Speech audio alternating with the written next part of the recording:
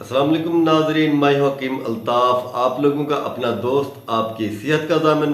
दोस्तों, मैं आज आप लोगों के लिए एक बहुत ही मुख्तलिफ किस्म का टॉपिक लेके हाजिर हुआ हूँ। दोस्तों, बहुत सी मर्दें अल्लाह पाक ने इस दुनिया में भेजी हैं। कुछ मर्दें ऐसी हैं जिनको अमराज खबीसा कहा जाता है। उन खबीस अमराज में से एक मर्ज बवासीर है जो उन अमराज खबीसा में आती है। इस तरह कुछ मर्दों पे अल्लाह पाक ने लानत भेजी है जिन्हें लानतुल अमराज कहा जाता है। उनमें ख़ास तौर पे दो अमराज हैं जो कि सुजाक और अतशक। इन दोनों मर्दों में आने वाले वीडियो में मैं फिर जिक्र करूंगा, तफसीलन आपको इसका इलाज, अलामात और असबाब बताऊंगा।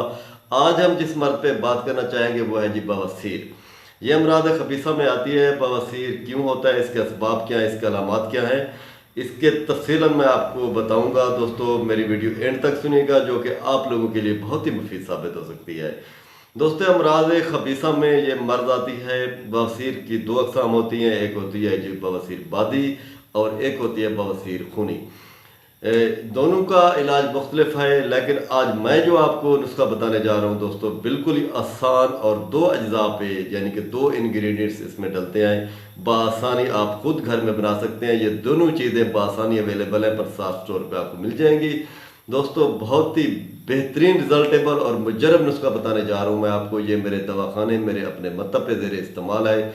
आप लोग खुद अपने घर में बना सकते हैं। और आप चाहे दैमी पुराना, कई सालों से पुराना बवासीर है तो आप इससे निजात हासिल कर सकते हैं। दोस्तों, कलम और पेंसिल अपने हाथ में लीजिए, नुस्खा नोट फरमा लें।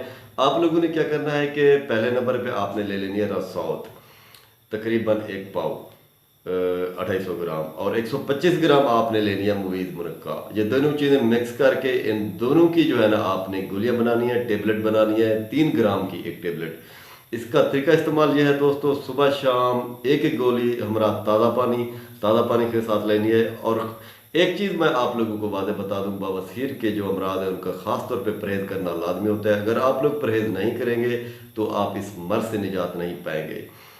चावल, बड़ा गोश्त, दाल चना, बारबेक्यूज, फास्ट फूड जिसमें बर्गर, पिज़्ज़े, ये चीज़ें आ जाती हैं, तो बाज़ारी चीज़ों से आप परहेज़ करें। बाकी ताज़ा और सब पत्तों वाली सब्ज़ी का आप इस्तेमाल करें, सादा पानी का आप ज़्यादा इस्तेमाल करें।